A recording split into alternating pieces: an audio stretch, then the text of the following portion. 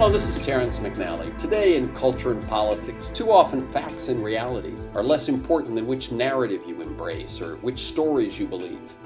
This week you'll hear my December 2012 conversation with JONAH SACHS, co-founder of Free Range, the folks behind the story of stuff, and the author of UNSAFE Thinking and Winning the Story Wars. Have you heard or read any great stories lately? Better yet, have you told any? Jerome Bruner wrote that we exist in an interconnected web of stories. Our minds are hungry for them, and our minds also naturally generate them. Let's consider the most mundane of experiences. Someone is late meeting you. Do you create a story or stories as you wait for them to show up? I hope they're all right. I hope nothing happened to them. Or the opposite. He's always late. Why is he so inconsiderate? Why doesn't he think about me? Or say you're the one that's running late. Do you tell yourself things like, she's going to judge me, or are you already making up the story that you're going to tell her about the traffic or the last-minute phone call you had to take or the colleague who wouldn't stop talking as you tried to leave? Those are just some of the unending stream of stories that surround us. And then there are the larger, more significant stories, the stories we tell ourselves about who we are, about why our life works or doesn't, for example.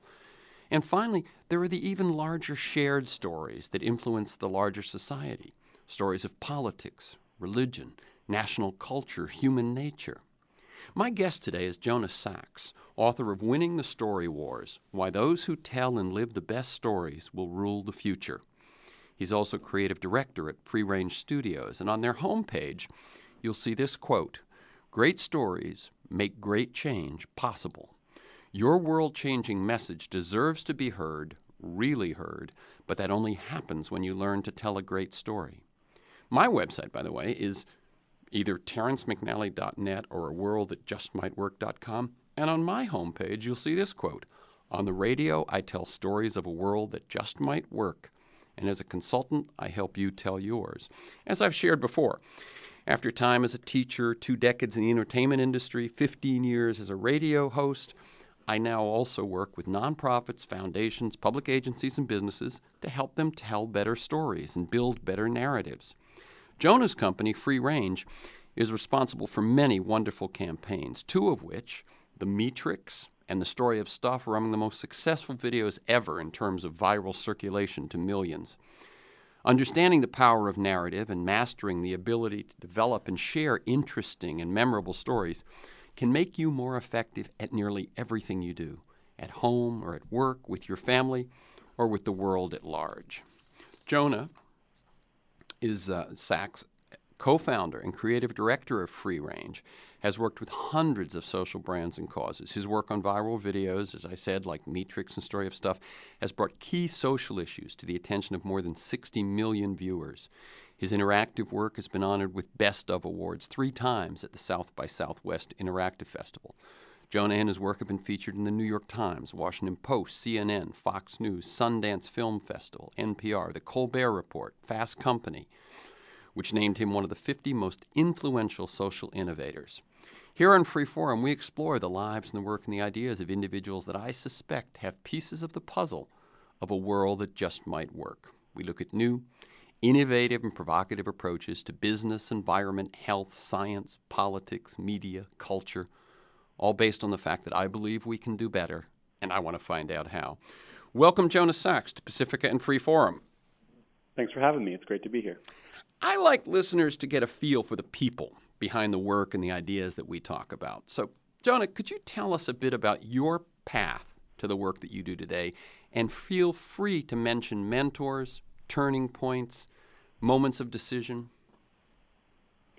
Sure. Well, when I was 22 years old and fresh out of college, I had this deep attraction to the advertising industry. I wasn't really sure what it was, but I loved the idea of the short form creativity to try to move people to action, and thought that somehow I was destined to be in advertising. And I started working my way towards that goal, first contacting a childhood friend of mine who I had been making movies with since I was 7 years old, and said, let's take a crack at getting into this industry of getting people to change the way they behave based on telling great stories. And we sort of started working our way towards that goal and suddenly looked at each other after coming up with this in 1999, this web-based way of getting people to do a treasure hunt to major corporate sites. We were working on this idea of getting people to go to these big corporate sites on a treasure hunt in a game through a story. And we said, why are we doing this? Why do we want to drive people to do things that we wouldn't even want to do ourselves? And if we're looking to give ourselves a megaphone to reach millions of people, why would we want to shout messages we don't really believe? And that was kind of our first aha moment, which was, wait a minute, there's got to be a way to do exactly what we love, which is using creativity to change actions, but to use it for social change. And the first question we asked is, well, why is that? If that's possible, why has it been so hard? And we looked and said, the reason is that before we lived in a sort of broadcast era where you had to be rich, you had to have power, you had to have control of these broadcast machines in order to be heard. Everyone else was just a consumer. But in 1999, the internet was, kind of just emerging as this tool where everybody could be a producer of content. So we had this thought that we could divert our careers and hopefully change the world in some way by using these new tools to make everybody a producer and a sharer of the kind of messages that they most cared about. So we founded this company, Free Range Studios, back then to experiment with ways that we could help nonprofits and social brands start to really reach out and get people to pass messages of passion rather than simply advertisements around. And early on, we had a couple of really big successes that we didn't expect. We were putting out all these fact-based communications as most nonprofits did, and we started deciding to make little stories, little 30-second, 1-minute animations way before the days of YouTube. And some of them we found we could kind of send out from our bedroom and reach hundreds of thousands, if not millions of people. In 2003, we made this spoof of the Matrix called The Matrix about factory farming. And that reached about 25 million people in really short order. And we had this incredible realization that people were eager to share stories that mattered to them and just absolutely ready to do it. And now it wouldn't be done in the old ways where you had to call a television executive to ask permission. You could just create them. But the big frustration was that some of the stories would go hugely viral and others would simply flop. And we had no idea why. And our clients were expecting us to continue to create those successes that we have had along the way. So we'd get 20 million, then we get 1,000, and then we get 20 million, and then we get 5 people watching it. And we just didn't know why, and I was feeling under deeper and deeper pressure, as I think any creative person gets, to live up to successes of the past. And that's when, in a sort of state of desperation, I started poking around and discovered, strangely for the first time, the work of Joseph Campbell, and really saw how the great stories that we tell and repeat are based on sort of ancient mythic patterns, and that while I had been so obsessed with how fast the world was changing and how new tools made new things possible, there was something constant and timeless about stories that I realized I needed to understand. I like that. I like that sort of juxtaposition there. That what you're working in and what we're talking about today is both as new as what's happening today and tomorrow, and as old as human society. Yeah, that was that. And in my book, one of the first insights that I start with, I think the first thing that we need to realize as we head down the path to better storytelling, is that all of these crazy new tools that are connecting us through social networks, that are allowing us to create our own media, to comment on media, to pass it along, what it's really doing is returning us to the old way that people communicated, which is the oral tradition. So in the oral tradition, ideas weren't fixed on a piece of paper and then broadcast out to everybody. They were passed from teller to listener, and each listener would kind of make it their own and move it through unpredictable social networks. And that's what's happening now. Again, human beings were evolved to communicate that way, and somehow it took, all these incredible high-tech tools to bring us back to that old way of communication, which is the oral tradition. And in the oral tradition, stories absolutely dominated. So when you were in the time of making 30-second TV spots for television, you could just sort of create these announcements telling people what to do. But in the oral tradition, you actually have to tell stories if you want to be heard. So that's why I think so many people who want to be heard are talking again about the art of storytelling. You covered a lot of ground in your answer to the first question. As I said, that this is a very interesting thing that the old is new again and the new, has connected with the old. Why is that? Is it because the thing that seems so different, of course, is that in the oral tradition, it was one to the people around the campfire. If someone was really a big deal, maybe one to the whole tribe, And now it's one to millions. Well, the one to millions approach is really, in my mind, a little bit of the aberration. So the one to millions was what we had when you had somebody, wants to take a 30-second television spot out on Cheers, and you know that everybody's going to be tuning in on Thursday night, and you're going to have 40 million viewers on Cheers, and you just buy the spot. That's really the one to millions, because the people who are watching it see your ad for Pepsi, the Pepsi Challenge, and they have no choice but just to sort of consume it, let it pass. They can't comment on it. They can't push back against it. They can't make it their own. So that's the true one to millions, and that's really unnatural for human beings. We like to be participants in the stories that we hear and tell. What we have now is, yes, something like The Matrix can reach 25 million people, but really it's the one. It's me creating it, but then it's sharing it with my evangelists and my friends and my social network. And then they take it and decide where to send it out to, what context within to push it, how to comment on it when it goes out. Sometimes they even mash it up and change it and make it their own and add new clips to it and put a new soundtrack on it. And that's what we're seeing with stories today, is that audiences participate in the spreading and creation of it, and they get a say along the way. So just like in the old days, these messages morph and change over time, and it's as important what we see said about it on Twitter as what the message is itself. That's the context that makes us understand it. So that's very much like what happened when a story like The Emperor's New Clothes moved from India to Scandinavia over the course of 1,000 years. The story remains the same, but the context in which it's told changes, and each person who holds it can make it their own along the way. That's what I think is so human, and that's what I think we're seeing with the Internet. We're all curators of these stories, and we all participate in them, and I think it's a very positive sign for humanity. You talk about a better world being possible. I think this is one of the key drivers of that. Mm-hmm. And I agree, and partly it's because if we use the metaphor or the view of the 1% and the 99%, the old broadcast, that was to some extent the 1% of people who controlled media were the ones who got to put messages out. Absolutely. And the 99% were receivers. Now the 99% are participant. Henry Jenkins calls it participatory culture. Exactly. I just wrote a blog post for Harvard Business Review yesterday. I went up yesterday about Danske Bank's Occupy ad that they put out. So this is I read it. Tell people about that. Yeah. Yeah. So here's what happened. The Danske Bank wanted to sort of appropriate a piece of 99% culture, which advertisers have always done. There's a new cultural movement, there's a new artistic movement, and then the advertiser says, hey, we can make that part of our brand. Now, in the old days, the people who were part of that movement might shake their fists and say, hey, that was our movement. You can't use that to advertise Coke. But everybody else watching it will just sort of shrug and say, hey, I guess Coke's aligned with that new artistic movement. And it really worked to build brands. But now, here's what happens.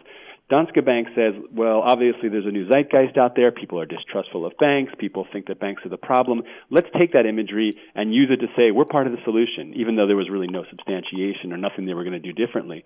They take that imagery, they put it in their ads, so you see a picture of a guy with a dollar bill over his face and it says Occupy on it, and say, there's a new normal, we have new standards. And in the old days, the Occupy people would be angry. Everybody else would say, hey, Danske Bank's got some new values. But now today, the Occupy people get to take to Twitter, get to draw people's attention to it, and show what Danske Bank's actually been doing, which is not in line with Occupy values. And the public gets to decide. And the public decided this was not a good use of Occupy imagery. And suddenly, there's a wave of negative publicity. The bank has to, change the ad, retract it, say they're sorry, and it suddenly becomes an ad for exactly the exact opposite of what they were intending. So it's a lot less easy for advertisers to inappropriately appropriate culture than it was in the past. And again, I think that adds a new vitality to our culture that we can sort of only confer its use on people who really deserve, who are living the truth that they're putting out there. Right. As in your book, you start with a lot of the foundational things. The book is Winning the Story Wars by JONAH SACHS. Started a lot of foundational things, some of the stuff we've been talking about the power of story, about mythology, about the hero's journey, and so on. towards the end, you go very much into this thing of you've got to live it, that authenticity becomes much more crucial than it ever did before. Yeah, definitely. I think there's some really positive signs out there as more corporations want to use storytelling to be heard. This is a huge opportunity because stories are basically containers for values. You have on a story, you'll have the characters and the conflict and the setting, on the things you see on the surface. And those are all placed there for a specific reason. And that's to illustrate a moral of the story, a core truth about how the world works. And then one level below that are the values upon which that truth are based. And so that's how all stories have always worked. They're really ways that people spread values. So if corporations want to tell stories better, I argue, they have to be very clear on the values that they are basing those stories on. And those values, in order to get passed along by audiences, need to resonate with audiences. And in the oral tradition, stories that speak to our higher values, to not just our need for safety and security and status, but the stories that, as in the hero's journey, the stories that really move us, are stories that talk about community, or stories that talk about creativity or justice. So I think that the price of admission for telling stories in this new oral tradition is going to be speaking to higher values, and we see that, absolutely everywhere. The most iconic brands are all higher value brands these days. And in this sort of more transparent world, if you're going to be speaking about values, you're going to find people out there who are going to be investigating whether or not you're really living those values. That's what we saw with the Danske Bank ad, and that's what we see, nearly constantly, almost every day. Are advertisers really taking a deeper look at themselves and saying, are we able to live up to these values we espouse? Because if we're not, we're going to get the exact opposite effect from our advertising. So I think that there can be, in this rush to tell stories, which I can say pretty clearly as I've traveled around speaking about storytelling, every company and brand out there is seeking better ways to tell stories. I think it gives them a new impetus to be values-based, and I think as the public, it gives us a new responsibility to make sure and hold them to their values so that we can work together to kind of create a more positive world. Very good. Let me ask you just one question that's been occurring to me as I was preparing for this, and I haven't, this is not a big question, it's just a little one. It seems to me that one of the things that, as I've watched commercials and friends of mine who direct commercials and so on over maybe even the last 10 years, so some of this goes back before the participation had gotten as strong as it does now, with commercials that are almost a series, 30 seconds packed with mini vignettes, right? Mm-hmm. It's just a moment of these two people, a moment of these two people, a moment of this person, a moment without a person, and they're just, one after another, edited to some sort of soundtrack, and that's the communication. Is that storytelling? Well, some of those done well are probably part of a storytelling strategy. Some of those done poorly are probably just copycats without really understanding what they're doing. I think what you're seeing there, if done right, and how that connects to storytelling, is this: brands themselves don't just tell stories, but brands themselves are stories. They are. They're stories that kind of star themselves and the audience in this kind of unfolding drama. And as you know, like the brands that we most love, we tend to identify with. We actually we want to be part of their stories. So if a brand can really understand what its core story is, like I said, what its values are, what moral of the story it stands for, what kind of characters it wants to put on the surface of that story, then it can create a communication that simply flashes images of the kinds of heroes that they want to talk about, of the kind of values that represent the kind of values that they stand for, that represent those kind of truths about the world. And it does build that larger story in our minds. We create that story ourselves about who that brand is and who we are in relation to it. So I wouldn't say that ad necessarily, the flashing images are necessarily a narrative, but they are part of building a larger brand narrative that, gives the brand its power. Right. And one of the things I've thought is that if you have already established a brand narrative, then you're freer to do this kind of almost association imagery that then the audience can attach to an existing identity or an existing narrative. There's a perfect example of that. I'm sure everyone's tired of hearing about Apple. I'm tired of talking about Apple, but let's talk about it one more time. Apple is a perfect example of that, the sort of the most iconic brand of our time.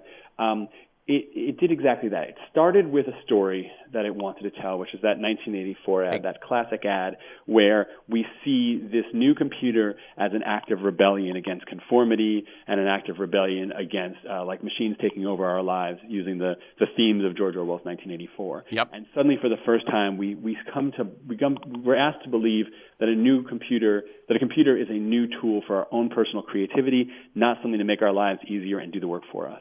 People, that ad was shown once during the Super Bowl. It's still the most famous, top-rated television ad of all time, and it set the story up for what Apple wanted to be. It was a very rich 60-second commercial. Then it was a full 10 years later that they were able to put out those Think Different ads, which just showed one picture and two words, Einstein and Gandhi and Amelia Earhart, and said Think Different. Those ads were incredibly simple, but they were part of the, understanding what that story was, which is that Apple is a rebellious brand, a rebellion against conformity. We understand what it means then to see a computer ad that's just a picture of a famous person who was a rebel and those two words. So once you establish that story and it starts to resonate, you can tell it, over Twitter. You can tell it That's right. in a few characters. You can tell it in two words. So that's what we need to be seeking to do as communicators, is understand what our core story is and not just put out a bunch of unconnected communications.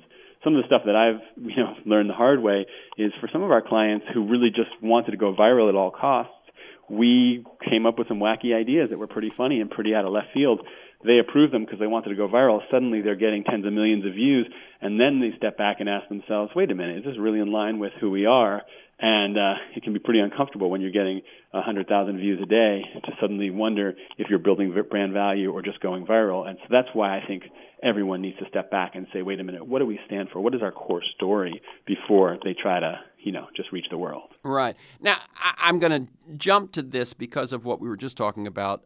It's sort of later in the conversation, but one of the examples that you point out is the Pepsi Refresh experience, right? Which looks like a fully developed, it doesn't look like something where you just put an image up. It was fully developed, and I'll let you explain what it is, but it didn't have the desired effect, did it? No, I mean, that was a fascinating example of, doing almost everything right, but not quite understanding what you're doing in terms of storytelling. So Pepsi had this idea. Their new campaign was about refreshing everything, and they thought that was the tagline. And they thought, well, this would be great to connect this to social change. Why don't we refresh the world and not just refresh people's thirst or their bodies? So they decided to put together this campaign in which nonprofits would put up ideas and then get grants based on people's votes. So you would, as a nonprofit, you'd put up an idea and then you'd reach out to your supporters, and then those supporters would all vote for your idea, and then you get, up to $100,000 or whatever it was. It's a great social media strategy because now you have all these different organizations reaching out to their passionate evangelists who have a real reason to keep spreading it because they want to see their organizations get the grants. You're pointing to higher values. You're telling a story about a virtuous brand. And, it really worked in that it was the most successful social media campaign of all time. I don't remember exactly, but something like 85 million votes came in. So a lot of positive halo effect.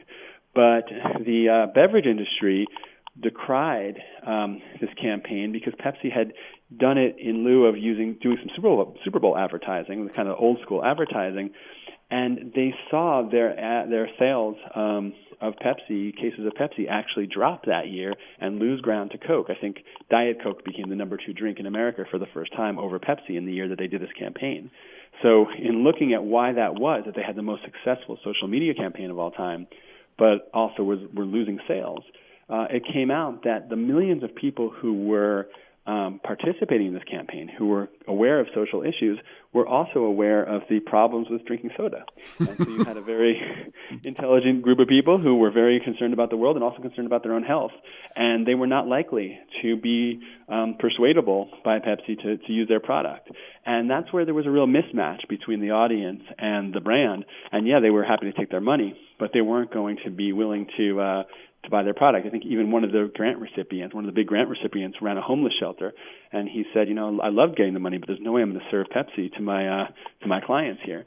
So in the end, I think it's important that who you are and what you stand for is aligned with the story that you tell. Not everybody gets to just simply jump in and tell a better story and reap the rewards. But what's interesting in reflecting on that story is that if there are people at Pepsi that actually, I'm being almost facetious, that actually had the values they were that they were putting forward in the Refresh Pepsi ad, that maybe the benefit of the positive association meant something to them. But I suppose sales is ultimately why you pay for advertising. I'm talking with JONAH Sachs, creative director at Free Range. And is it still Free Range Studios, or is it just Free Range now? Officially Free Range Studios. Oh, it's still Free Range Studios. Okay. Creative director at Free Range Studios and author of Winning the Story Wars, Why Those Who Tell and Live the Best Stories Will Rule the Future. And you can learn more at freerange.com. Let me ask you just a little bit about the title. Mm-hmm. Why Winning the Story Wars? And that seems like such an aggressive, an aggressive image. And then in the subtitle, you don't just say why those who tell the best stories. You say live the best stories will rule the future. A little bit about the thinking that went into that, because obviously someone who does what you do thinks a lot about what they label their book. Sure. I wanted to create not just another business book that gives you, 10 tips towards better communication. I wanted to kind of create a story itself. And so the book is illustrated and full of kind of fun visualizations of what this world looks like. And, great stories are often based on big conflict.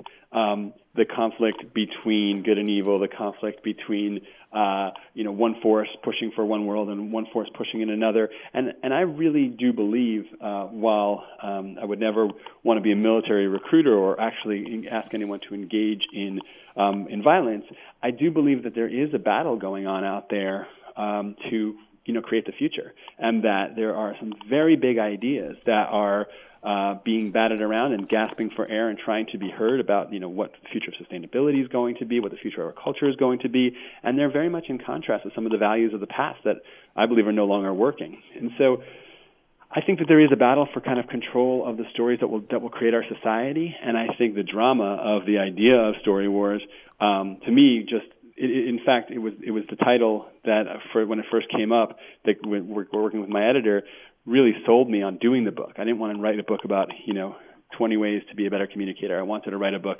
that would feel epic in scale. And so I have definitely heard blowback from my peace activist friends that we shouldn't be promoting the idea of war, and I certainly don't. But as Joseph Campbell kind of said, the myths have always had this sort of battle component to them, that the hero comes into contact with the dragon and has to slay the dragon in an act of violence in order to renew the world. And I think that that's really a metaphor for our own struggle within to overcome our darker desires and to overcome our laziness or resistance to change and to reach for our higher values. So I think that there's a lot of, I knew it would speak to me. I knew I'd want to pick a book up like that off the shelf, and hope my audiences would as well. The idea of, not just telling but living the best stories to rule the future kind of came to me about halfway through the process of writing the proposal for the book, which was saying, yes, it's important that we tell better stories. And yes, I hope that if we tell more higher value stories, the world will become a better place. But it's not enough. Changing our media landscape would be great. We all talk about how damaging it's been to see all of these negative advertising methods, and it would be great to change that. But we also need to see that people will actually, live out the behaviors and the values that they're espousing. So as I started writing the book, it was more of a hopeful kind of, the price of admission is being in line with your values and actually living them out. But the more I investigated brands that failed to live out their values and failed to live out the stories that they were telling, the more amazing evidence I found for the fact that it's actually not just a moral prerequisite, but it's actually a business imperative, that if you're telling stories and not living them, they're going to backfire, and they do, time and again. And BP was one of the most famous examples of a very positive, higher value story that was not being lived. And it wasn't just a story that became embarrassing when the Deepwater Horizon spill happened, but I actually argue in the book that that story might have in some ways caused the spill itself. In a kind of concept of groupthink, the the leaders of BP were unable to see that they were actually acting recklessly and dangerously. They were the most highly fined and cited oil company out there, but they were also the most virtuous in terms of branding with their Beyond Petroleum thing. And in the concept of groupthink, when you believe that you're morally correct, you are totally blind to the liabilities of your actions, and that's a known psychological phenomenon. So when a brand gets really holier than thou and moralistic in its advertising, it's not living those morals out. They're actually failing to see what needs to be done to run a healthy business. So I think there's lots of reasons why you have to live out your brand's values or kind of face not just blowback, but actual business problems as well. Right. That's interesting what you say about BP. There is that expression, people buy their own PR.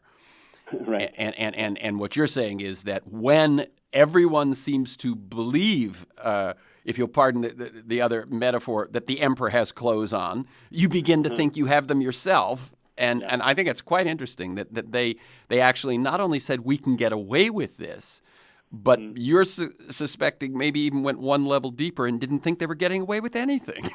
Yeah, right. Well, that's right. I mean, I think they had something like 700 safety violations to ExxonMobil's 10 over the course I know. of the decade. And when it happened, Gordon Hayward, the CEO, said in privacy, it was reported, but he said it in privacy with his staff. He said, well, what did we do to deserve this? He was shocked. And, that number is staring you right in the face. But they didn't see that number, and they couldn't internalize that number because they thought they were the good guys. And So I was amazed. I always wondered about that quote, and I wanted to investigate it further. How could they ask that question? And then that's when I discovered these properties of groupthink that do make this happen. Yeah. This is Terrence McNally. You're listening to my December 2012 conversation with JONAH SACHS, co-founder of Free Range, the folks behind the Story of Stuff, and the author of Unsafe Thinking and Winning the Story Wars. Let me ask you a few things about the use of story, because as we know, your purpose now and your clients now are often causes, often organizations, that sort of thing. Is it possible, do you think, to speak of not just story in what you put out to the public, but actually developing a story culture within your organization? Does that concept make sense to you? Yeah, absolutely. I mean, it's a somewhat unnatural and artificial construct to have a bunch of people come to an office every day and have to act in constant teamwork, whether they're best friends or don't really like each other, and be under the leadership in a sort of non-democratic way of a corporate structure. All those things are difficult to keep that ship moving in a positive and productive way. And so there's obviously millions of books about leadership about how to do that, but telling a story that is shared among that team, a sense of purpose, something that team stands for, that again, to use the war metaphor, that sends them in, that gives them marching orders and sends them into battle. Like, we use stories to compel people to go to war, and that has worked for decades or millennia even, and give them a sense of shared purpose and of common bond.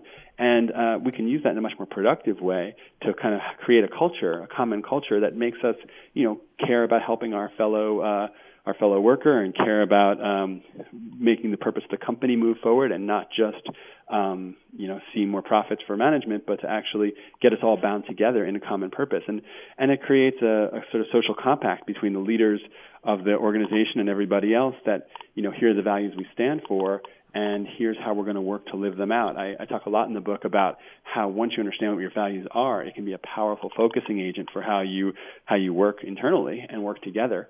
So I think that that's one piece of it. Second is that when you understand what kind of stories you're trying to tell, a lot of the best stories come from the people working within the organization. So instead of having to go to your ad agency and buy an expensive advertisement, you can start collecting stories from your team and from your customers, because you have a sense of what kind of stories you're looking for, and then you can, as you play them out in the world, you can start gathering them from the people who are engaged in them. So I think having that joint sense of purpose and joint story that everybody's contributing to and is unfolding together, creates a happier, more productive workplace and better enterprises. Yeah, and I see that story culture and that gathering and distributing as being sort of a mutually feeding loop. as you tell people we care about stories, they begin noticing them, then they begin influencing, and it all sort of feeds itself. I actually, in some of my work with organizations, talk about, and I want to test this one with you too, of the idea that it is worthwhile to begin to see the world through narrative. Not just, gather stories, not just develop your group story, your organizational story, but begin to see the day-to-day work you do and the problems you're dealing with and all of these things in a sense of narrative, because I think that way of looking at the world makes us see connections better, makes us see action and consequence better. Your thoughts about that? Yeah, absolutely. Stories were developed by human beings to make sense of all the flood of data that is the world. And if you look from a kind of biological perspective, it's actually quite amazing that we can sort through the thousands of points of input that are coming at us at all times. And we use stories when things are sufficiently complex and we can't sort out what's the meaning behind them. We use stories to assign meaning to it. So I often think about human beings looking up at the sky, and from the earliest days of our development as a species, we look up at the sky and we want to know what's happening up there, and we create these incredibly rich stories to provide meaning to these points of light that are up there. But in doing that, it's not just kind of idle fun. We come to understand the cosmos in ways that are both metaphoric, but also actually, incredibly advanced in terms of how to understand the use of stars for navigation and for agriculture. And so it helps us make sense of our world in ways that can lead to better and smarter actions, even when they're not literally true in a scientific way. So I think that we see, when seeing our lives as a story, and seeing the day-to-day interactions that we have as a story, and consciously doing that, like you say, that can really empower us to give us a sense of purpose and a sense of meaning and a sense of a way to prioritize, because it helps us clarify our values. It helps us share our values with those around us when we see things in terms of narrative. I have a 4-year-old daughter, and we tell stories every single day, and I'm very aware that the stories I tell her and the outcomes of those stories are teaching her how to behave in the world. So, as we learn to record and encapsulate our lives as somewhat as stories, it helps us sort of turn them from sort of senseless chain of events, which, perhaps they are, but we can apply meaning to them through storytelling, and that's what makes life worth living in a lot of ways. Right. And one of the things that I think is that when you are seeing in narrative and speaking in narrative, I think it gives you a better position from which to frame the conversations that you're having. And for a lot of people, framing comes up mostly in terms of politics, how the Republicans frame something, how the Democrats, how the Tea Party, how the Occupy, and so on. But I think framing is something which goes on all the time. But it's my sense that when it just comes naturally to you or your team to see narratives and speak that way, you're a step ahead already in terms of that framing war, if you will. Absolutely. Well, here's a story I like to tell, and one that I learned in asking great leaders about how they use storytelling. And I asked Phil Jackson, the legendary coach of the Lakers, how do you use stories to lead to your success? And he's a real storyteller. And he told this really interesting and amazing story about what he did with the Chicago Bulls. And when they were sort of unable to beat the Pistons year after year after year, and the reason for it, he could see the reason for it, which was that the Pistons were dirty players. They made the Bulls angry, and the Bulls had sort of superior skills, but every time the Pistons would knock them to the floor, they'd lose their cool and try to somehow get revenge, and that would totally throw them off their game, and they'd lose year after year after year. And they, as a result, could never win the NBA championship. Right. Let me just jump in. In other words, as soon as you do that, you're playing the Pistons game, and that's what they're better at. And that's that's exactly what their strategy was. So Jackson knew what needed to be done. He knew that the players needed to stop responding, but he decided to tell a story. And he told a story that was very close to his heart about the Lakota Sioux, who's a tribe near where he grew up in North Dakota that he had become a blood brother of. And their warrior stories were that before they would go into battle, they would thank the Great Spirit for bringing their enemies to them because their enemies made them better warriors. Mm-hmm. And they were so grateful for that ability to. They would never be great warriors without these enemies. They, in fact, loved their enemies because it drove them to be better. Now, he told a story to these young men who, I always say you tell a story to make the listener feel like the hero of the story. And, of course, a warrior story, a spiritual warrior story to these young men who themselves saw themselves as warriors in many ways on the court, was incredibly resonant, and it was incredibly easy to remember. And it became it made sense. Anyone who hears that story, it says, oh, it's self-evidently true in a way I've never thought of before, which great stories always do. And he said from that, before he told us the game he told that story, they went out with a new sense of calm and peace. They wound up winning that game. They wound up winning the series. They wound up winning 6 championships. And he said that was the breakthrough with that story.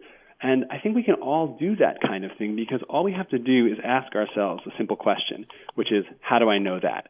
So when Jackson said, it's better in life to be peaceful and centered and not be provoked, he could have just said that to his team, but instead he asked himself, God, how do I know that?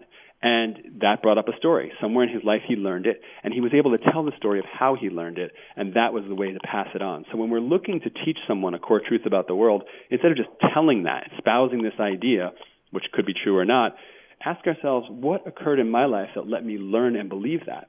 And if we don't have any experience that taught us that, if we just sort of heard it as an aphorism, it's not going to be very powerful. But if we had an incredible experience in our lives, or a friend had a powerful experience, we can tell that story, and people start nodding their heads and changing their behavior. So that simple question of, what do I want to say, and then how do I know that? How did I learn that? And then teaching that moment, using that moment as a story, is a very powerful tool for leadership. I think that's very, very interesting what you just said, that thing of how did I learn it? Because that almost always will be a story. It won't always be, right, as in Jackson's case, a story about a story, which that one is, but it might be, I had these problems and I tried this and whatever it is, yes, you're right, that the narrative of how we each learn something is an incredibly powerful tool in how we could each teach something. Exactly, because we need to learn lessons from the world, and so instead of going out and making those same mistakes yourself, or having to learn the lesson the hard way, we can learn from each other's experience, and that's where stories are ways of transmitting experience, not just ideas. Exactly. This is that's the voice of JONAH Sachs. He's a creative director at Free Range Studios. Their website is freerange.com, and we're talking about the ideas in and around his book, Winning the Story Wars. I want to jump to some of the specifics. As much as your book is not a how-to book, it's bigger than that. Some of the specifics, and let me just throw these 3 things out to you and let you run with them, which is familiars, cheats, and freaks. Yeah. So when I was trying to write the book, my first goal was, how do I write a book that teaches everybody how to go viral? And then I stepped back from that and said, well, that's a big task and maybe not possible that everyone can be viral. So the first thing I said was, well, let me teach people first what stories are, and then how to build an entire long-term strategy around telling stories. But I didn't want to leave on the table this possibility that we could do certain things to just make our stories more compelling. So once you kind of decide, okay, this is the kind of story I want to tell, this is how I tell it, the freaks, cheats, and familiars thing will help you make it that much more interesting by putting some key viral elements into it. And I came up with these 3 names, these 3 ideas, by looking at neurobiology, looking at how the human brain developed in its physical form and how it works. So the first thing I found out was that 70,000 years ago, when our ancestors first sort of broke off and started leaving Africa, we had a certain brain structure, and that brain structure has not changed at all in the last 70,000 years. Physically, we have the same brains as our earliest common ancestors, and if you raised someone from 70,000 years ago in our modern society, you wouldn't know that they were one of our earliest ancestors. And so whatever was important and interesting to the human brain 70,000 years ago is still going to be what's important and interesting to us today. And that brain was evolved as a matter of life and death to sort out what's important from all the noise around us, so that we could see that lion about to attack us, as opposed to just seeing more of that grass swaying in the wind. And so what we can learn from that is that in this incredible stream of information that we get through the internet and through all these communication tools, our brains are looking for certain key things, and if we use those keys, we can actually get hurt and break through. So the first of them I talk about is freaks, and that is the idea that human beings are social animals, and that means that our brains are very, very focused on understanding the intentions and emotions of other human beings. So one of the first things we look for in any sea of information is other human faces. We're obsessed with human faces. And That's why telling stories and talking about characters is so much better than talking about facts or figures or simply ideas. But it's not just any human face that we like to see. We are most interested in human faces that look different than any human face we've seen before, because we grew up in these tribes of about 80 people, and we rarely saw anyone that we didn't know. But when we did see someone that looked different, that was, life or death opportunity. That was huge. That could be a huge threat. It could be something huge to bring us new ideas and trade. And so we would really hone in. And we still see that today. When we see someone who looks different than anyone we've seen before, we can't help but stare. And so even though we try not to. So this idea of Freaks is that when you tell stories, try to show characters that are totally unexpected. This is why, giants and minotaurs and animal gods tend to inhabit our legends. This is why we love the story of, the high school dropout who becomes the billionaire CEO. We love stories that break our expectations of how characters can look and behave. And if you can bring those to your stories instead of putting forth the same old bland every man or every woman in your stories, you can really start to break through. And it helps you really focus on those characters, not just putting characters in, but really making interesting characters. The second is cheats. The idea behind cheats is that biologists believe that stories are universal to human beings, and they actually are key to holding societies together. And they were developed for a simple reason, which is this. As survival of the fittest animals, we tend to want to compete with each other. Whoever can get the most meat will be able to raise the most kids and get the most nutrition. But we also have to cooperate to be able to, to be able to outcompete other tribes and also to, bring that animal down to begin with. So cooperation is very important, and so is competition. So how do you hold it all together? Well, you need altruism. You need rules by which people cooperate. And stories are so powerful because we tell these stories about what happens to people who break the rules. Like Sisyphus, he has to roll a boulder up a hill for all eternity because he was a bad innkeeper. He had bad hospitality. He killed his guests. So we know from that story that if we are not hospitable, we're not altruistic, we will be punished. And some people even think the whole idea of God came about as a way of saying, don't break the rules or you will be punished. But in any case, stories tend to be, and we're programmed to listen to stories that tell us what happens when people break the rules. And in the old stories, we want to see them punished. The person doesn't listen to their parent, they go out into the woods and the witch eats them. And we learn from that, listen to your parents. But now, in our society where social norms are really in question, we also love stories about people who break the rules and get away with it or change the world. So those are the rebel stories. And we love stories about people who stand up to injustice and the old ways of doing things and fundamentally create something new. So I think that, the idea of cheats is our stories don't just have to be about conflict. They have to be about conflict about the old ways of conflict against the old ways of doing things. And whether we want to see them succeed or fail in that rebellion is what makes the story really interesting and gives it drama. And then familiar is just the idea that, the audiences are really the hero of the story. The storyteller is never the most important character in the story. It's really the audiences who are placing themselves in that story and should be thought of as the hero. And in order to make that work, you have to be telling a story that's relevant to their lives. So back 70,000 years ago, the storyteller would always start by bringing the story into the language of the tribe and into what was relevant to them before starting to, just talk about something they'd never heard about. And so, in our marketing these days, we tend to make ourselves the hero of the story. We tend to just talk about what we care about as if others will care about it too.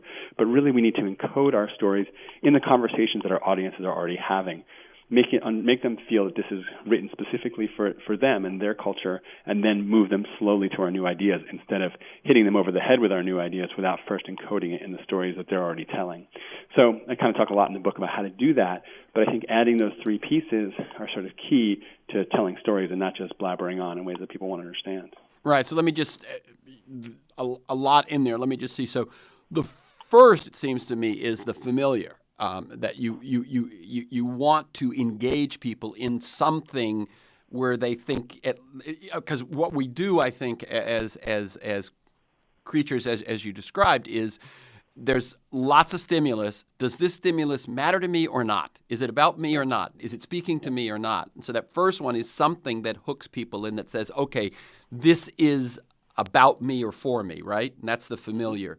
And then what you're saying is to make it not just that you'll look at it for a second, but that you'll actually care about it, remember it, repeat it, all those sorts of things. That's where it's familiar, but it's remarkable. And that's where the cheats and the freaks come in, right? Freaks is something that stands out, and cheats is something which breaks the rules. That's a great summary, yep. Fair enough. Okay. Another very quickly, if you will, you point out, one thing that's interesting is you go back and you look at the history of marketing, because this is about marketing, whether it's, a product, a business, a cause, an idea, whatever. And you go back and you look at John Powers. And first of all, I'm just going to quote his key advice because it's still so true. Be interesting, tell the truth, and live the truth. And it seems like that just informs your whole book. But the other thing that I'd like you to speak just briefly about, because we've only got about 6 minutes left, and I want to ask one other bigger question after you finish this, is the deadly sins of marketing. So we've said familiars, cheats, and freaks are positive things to look for and use. The deadly sins are vanity, insincerity, puffery, and gimmickry. What's he saying there? Well, those are not John Powers; those are mine. But the idea of those is that the broadcast era basically just made us lazy. It gave us tools to communicate, and we didn't really have to tell stories anymore. So we started communicating in these ways, creating this marketing language that frankly just is not good storytelling. And so things like vanity, I touched on it before a little bit, is we talk about ourselves thinking that we're so important when really we need to be talking about our audiences. Insincerity is the idea that we can just sort of disguise kind of like a wolf in sheep's clothing. We can speak to our audiences as if we're one of them when we're really not, and that's kind of the Pepsi case. So not really looking at who we are, but really just thinking about who our audiences are and just trying to speak their language when it's not authentic to us. Puffery is, speaking in the voice of God, which, go out and buy a Cadillac. There's never been a better time. That was something that worked on a radio advertisement. It doesn't work in the viral era. So before we can even start becoming better storytellers, I think we need to confront that marketing language of the past that we've all grown up with, we all reflexively use, and by naming it, we can kind of check ourselves and not have to use them. And I actually, talk about 5 of the deadly sins in the book that we can start, resisting right away. Okay, finally, let me just ask you this, Jonah Sachs of Free Range Studios, and as I said, you can learn lots more. Their website has newly been redesigned, and their whole image of what they're representing has been redesigned, and that's all at freerange.com, and the book is Winning the Story Wars. If I'm an organization or a cause and I get lucky enough to sit next to you on an airplane or something, and I say, "What do I do? Where do I start? What are the 2 or 3 things?" And this is what I'm putting out there for listeners who have things they want to advance.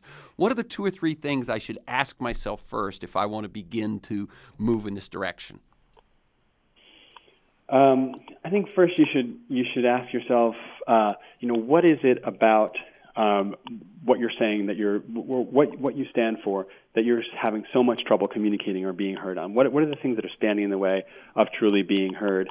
And asking yourself, what given that 30 seconds to speak to people and given 30 seconds to actually whisper in their ear to your prime target audience, do you have something that's going to move them, or simply is it something that moves you?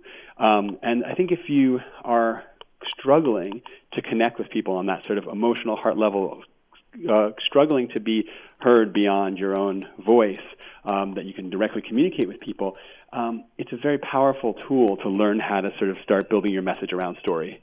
And it's, it may be time to start looking into how to tell better stories. And the reason that I wrote the book is, I didn't want people to have to go through the, expensive process of working with us to learn some of the, go on this journey of becoming a storyteller. I wanted people to be able to do it for, minimal to very little investment.